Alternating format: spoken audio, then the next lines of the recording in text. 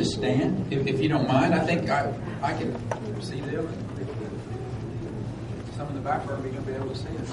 We were going to sit and make it all home. That's right. That's right. Governor, I know you've come from New Hampshire last night, and it is true. New Hampshire plays a critical role in the process, being the nation's first primary. Here in Indiana, we hope to also play a key role in crowning the nominee. So it means just an awful lot to us that you would spend today with us and kick off your Hoosier campaign here.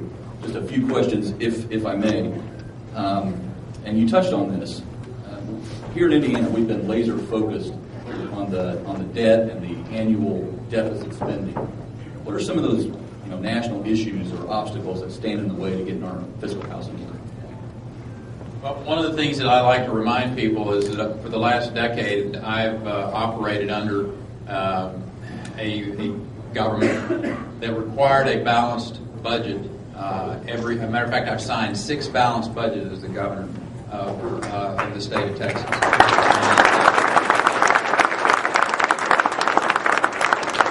We need a president who, until it is passed, will on a daily basis remind the American people that there is a way to get the spending in Washington, D.C. under control, and that is by passing a federal balanced budget amendment to the United States Constitution.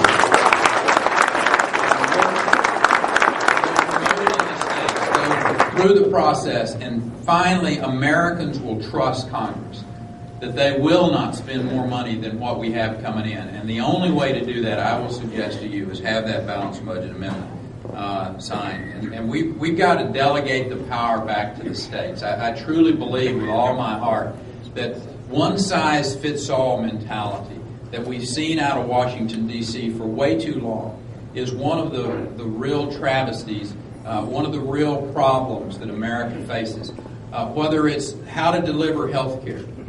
Obamacare is an absolute, it's a disaster. It's a disaster.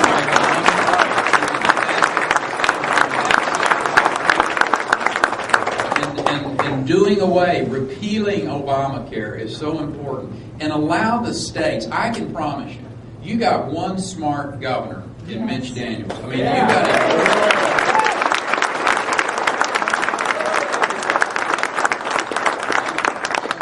Jindal in Louisiana. I mean, the list can go on and on of men and women like Nikki Haley in South Carolina, Susana Martinez, my neighbor over in New Mexico. Those governors best know how to create healthcare systems for their state, for instance, that will put more people under appropriate health care, affordable health care, give people more choices. But if we continue to allow Washington to be the be-all and know-all, the one-size-fits-all, then I think this country is headed down a track where not only is the quality of health care going to become less and less, and the cost will become more and more. And I'll give you one example. If we do not repeal Obamacare, and it does become the law, or not the law of the land, but implemented in 2014.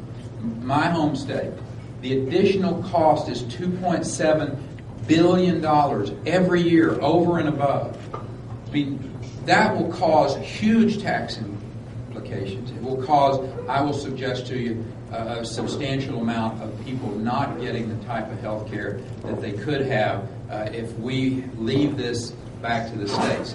And I haven't even gotten into the education side of things yet. I mean, the idea that a bureaucrat in Washington, D.C. needs to be telling people in Indiana how to educate your children is beyond me. The federal government does not need to be involved.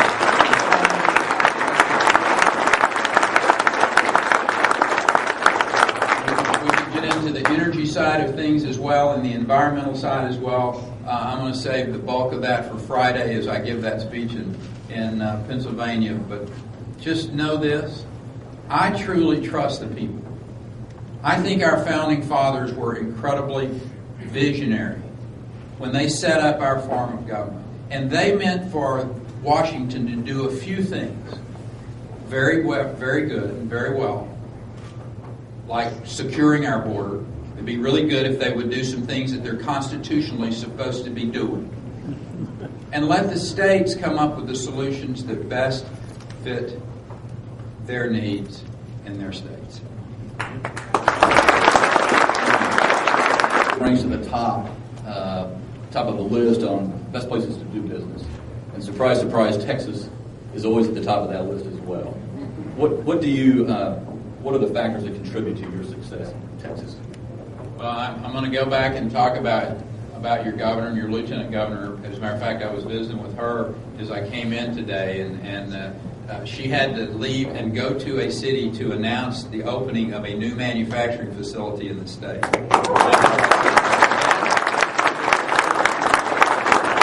And it's not.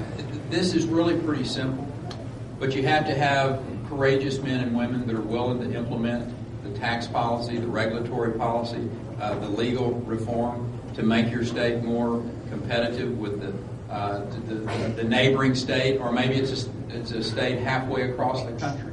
And there are some people that I guess are uncomfortable with that. That they don't want you to show up on their doorstep knocking on a businesses and saying, would you come to Indiana because we've created a climate in Indiana.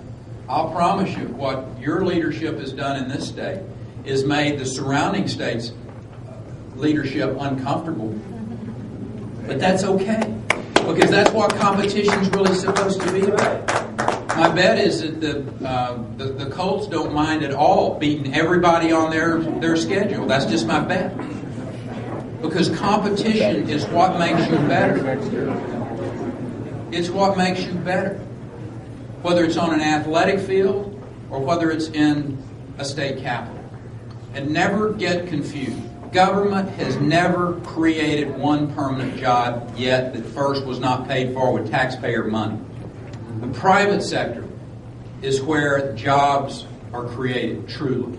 And for us as a country, we got to get back to that. I mean, we got a president of the United States that has been involved in an experimentation with our country, putting economic policies into place that have been absolute failures.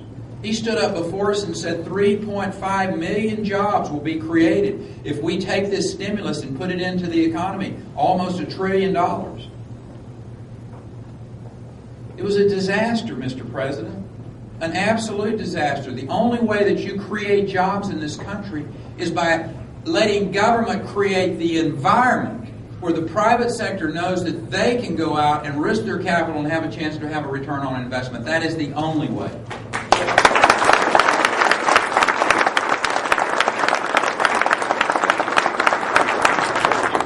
I'm going to pitch this back to you, but it really requires 4 principles.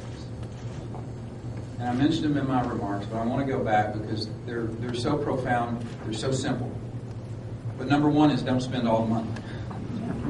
Have that fiscal restraint. Have tax policy that is as light a burden on the job creators as it can be, still delivering to the needed services. Have a regulatory climate that is fair, yet predictable, and a legal system that stops the frivolous lawsuits and creates jobs. And then government needs to get out of the way and let the private sector do what the private sector does best, which is create jobs. That's it. A speech you're giving, I think, this Friday in Pittsburgh about your economic and your energy plans. Now that you have hundreds of Hoosier friends in one room at one place, could you give us all maybe a sneak peek? Well, obviously the affordable side of our energy, the security side of our energy that I made remarks about, and domestic job creation, they all go hand in hand. If we truly want to get America back working again, I mean, and I'm talking about solid, high-paying jobs. There are men and women sitting around in their living room today who don't have a job because the economic policies this administration has put in place. There's 14 plus million Americans that are out of work out there. There's 45 million Americans that are on food stamps today. And I don't think that's where they want to be.